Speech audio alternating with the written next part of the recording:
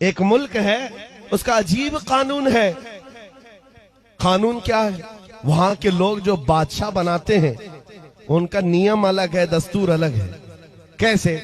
सारे मुल्क के जो उस कंट्री के लोग हैं, वो उनके जो बड़े बड़े लोग हैं वो सरहद पर जाकर खड़े हो जाते हैं उनके साल की पहली तारीख पर।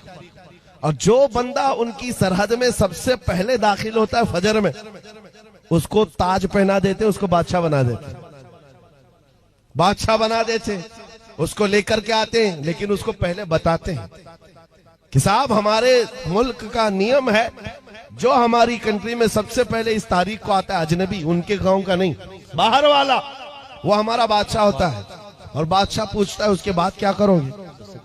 वो बताते भी हैं कि साल भर तक बादशाह बनाएंगे, बस साल भर के बाद ये तारीख जो आज हमने ताजपोशी की है, जब आएगी हम जंगल में ले जाकर दरिंदों के पास छोड़ कर आएंगे। मंजूर है तो बादशाह बनो, छोड़ करके आएंगे, ये भी पक्की बात है। हमेशा का नहीं बनाएंगे, एक साल बस। कौन एक साल की हुकूमत को छोड़ता है? यहाँ 4 दिन का कारपोरेटर नहीं छोड़ता।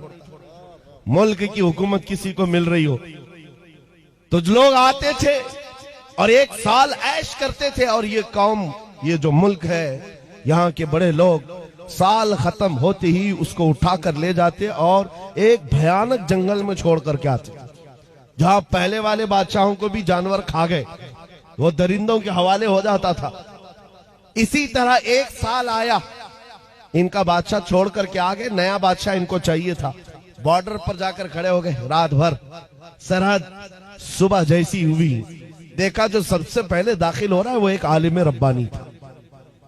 लोगों ने कहा आ जाइए हमारे बादशाह सलामत। उन्होंने कहा ये कैसे अचानक बादशाह, मैं नया आ रहा हूं। कहा हमारे मुल्क का ये नियम है, जो सबसे पहले इस तारीख में दाखिल होता है हम ताज पहनाते हैं, बादशाह बनाते। तो उन्होंने कहा, पूछा फिर क्या होता है? कहा सारे इख्तियारात आपके, जैसा चलाना है मुल्क को चलाइए, फौज आपकी, पुलिस आपकी, सारा डिपार्टमेंट आपका। कहा फिर क्या होगा? कहा साल भर के बाद हम जंगल में ले जाकर छोड़ देंगे। साल खत्म होने के बाद बादशाह भी गई, मंजूर है तो आप बनिए, नहीं तो फिर दूसरे का इंतजार करेंगे। उस आलिम रब्बानी ने कहा मंजूर है, बन जाता हूं। ताज पहनाया, बादशाह बनाया और बड़े धूमधाम से उसको लाया और तख्त पर बिठाया और सारे कर्रों पर और शान के साथ फौज भी, वजारत भी, सब बट गई। सारी चाबियां खजाने की नए बादशाह के हाथ में। लेकिन ये नया बादशाह जो आया, इसने क्या किया? सबसे पहले दूसरे ही दिन कहा सारे मेरे बड़े वजीर सामने आ जाए। जब आए तो कहा मेरी ख्वाहिश है कि मैं वो जंगल देखना चाहता हूं जहां तुम छोड़ कर आते हो। साल भर के बाद जहां छोड़ करके आते हो वो जंगल मुझे पहले दिखाओ। बादशाह की ख्वाहिश है, एहतराम करना है, जो बादशाह कहेगा उस पर अमल करना है। ले गए लोग, जा करके देखा इस बादशाह ने तो भयानक जंगल था, बहुत सख्त तरीन जंगल है, कांटे भरा हुआ जंगल, और पुराने बादशाहों की खोपड़ियां, हड्डियां पड़ी हुई हैं, दरिंदों की आवाजें आ रही। बादशाह वापस आया। आने के बाद उसने रात को बड़े बड़ी जो वजारतें थी, डिपार्टमेंट थे, उनको बुलाया और कहा मेरे महल से लेकर उस जंगल तक एक खूबसूरत रास्ता बनाओ। 2 महीने तक खाली रास्ता ही बनता रहा और जब खूबसूरत रास्ता बन गया तो फिर बादशाह ने बुलाया वजीरों को, कहा उस जंगल में जितने कांटे के झाड़ियां हैं सबको खत्म करो, जितनी हड्डियां पड़ी हैं सबको निकालो। 2 महीने तक वो भी सफाई करता रहा। उसके बाद फिर 4 महीने गुजर गए तो बादशाह ने कहा यहाँ पर फूलों के दरख्त उगाए जाएं, खुशबूदार पौधे बसाए जाएं, और वो भी कर दिए गए। फिर बादशाह ने कहा मेरी ख्वाहिश है कि यहाँ एक अच्छा महल बनाया जाए। अच्छा महल, वो भी 2 महीने में महल भी तैयार। बादशाह ने कहा मेरी ख्वाहिश है कि यहाँ एक नाला बहाया जाए, यानी एक हाउस बनाया जाए।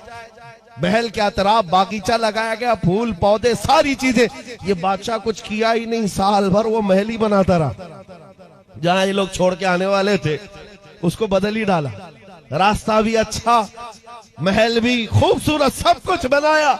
अभी 8 दिन बाकी थे, रोज इंतजार कर रहा था कि कब साल खत्म होगा, मैं जाऊंगा, छोड़ करके आएंगे। छोड़ करके आएंगे तो अच्छा ही है, जो साल भर किया था इसने।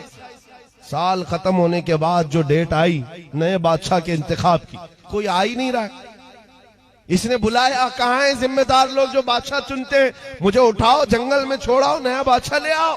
सारे आए, कहा बादशाह सलामत, हमारा नियम बदल गया है, हमारा कानून बदल गया। बादशाह ने पूछा क्या हुआ? कहा अब आप हमारे हमेशा के बादशाह, हमेशा के बादशाह हैं।